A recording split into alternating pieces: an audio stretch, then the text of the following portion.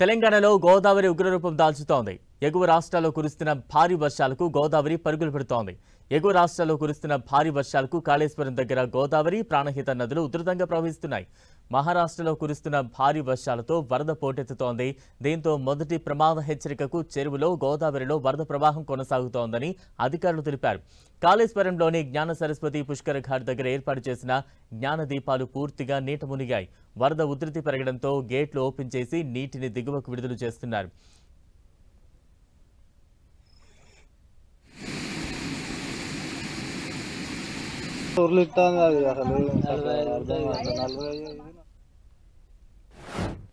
ములుగు జిల్లా ఏటూరు నాగారం మండలం రామన్నగూడెం పుష్కర ఘాట్ దగ్గర గోదావరిలో నీటి మట్టం క్రమంగా పెరుగుతోంది.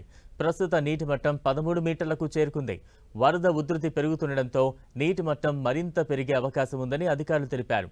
14 మీటర్లకు చేరితే గోదావరిలో మొదటి ప్రమాద హెచ్చరిక జారీ చేయనున్నారు. అటు నది పరివాహక ప్రాంత ప్రజలు అప్రమత్తంగా ఉండాలని అధికారులు హెచ్చరిస్తున్నారు. ముప్పు ప్రజలు సురక్షిత ప్రాంతాలకు వెళ్లిపోవాలని అధికారులు సూచించారు.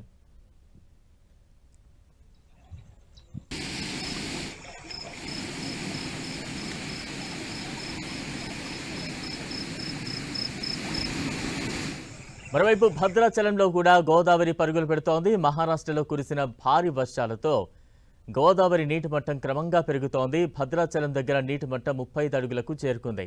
ఎగువ ప్రాంతాల నుంచి వరద నీరు రావడంతో భద్రాచలం దగ్గర గోదావరి నీటి మట్టం 40 అడుగులకు చేరే అవకాశం ఉందని అధికారులు అంచనా వేస్తున్నారు. ఈ సీజన్లో తొలిసారి భద్రాచలం దగ్గర స్నాన ఘట్టాలు నీటిలో మునిగిపోయాయి. దీంతో స్నాన ఘట్టాల దగ్గర అధికారులు హెచ్చరిక బోర్డు ఏర్పాటు చేశారు. మరోవైపు ముందస్తు జాగ్రత్తగా భద్రాచలం గోదావరి దగ్గర గజ ఈతగాళ్లను సిద్ధం చేశారు.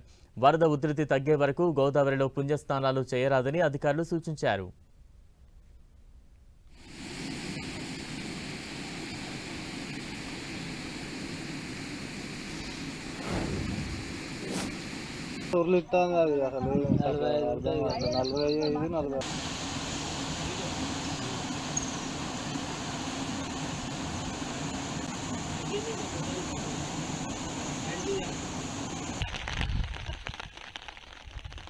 గోదావరికి వరద ఉధృతి పెరుగుతోంది. ఆ దృశ్యాలు చూస్తే అర్థమవుతోంది.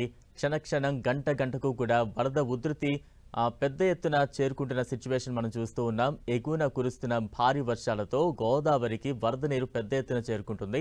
ప్రస్తుతం మనం విజువల్స్ చూస్తూ ఉన్నాం. భద్రాచలంలో గోదావరి ఉధృతి ఏ స్థాయిలో కనిపిస్తోంది. మరోవైపు రామన్నగూడెం, కాళేశ్వరం ఎక్కడ చూసినా కూడా భారీగా ఉధృతంగా ప్రవహిస్తున్న గోదావరి కనిపిస్తోంది. గంటకు కూడా వరద ఉధృతి పెరుగుతోంది.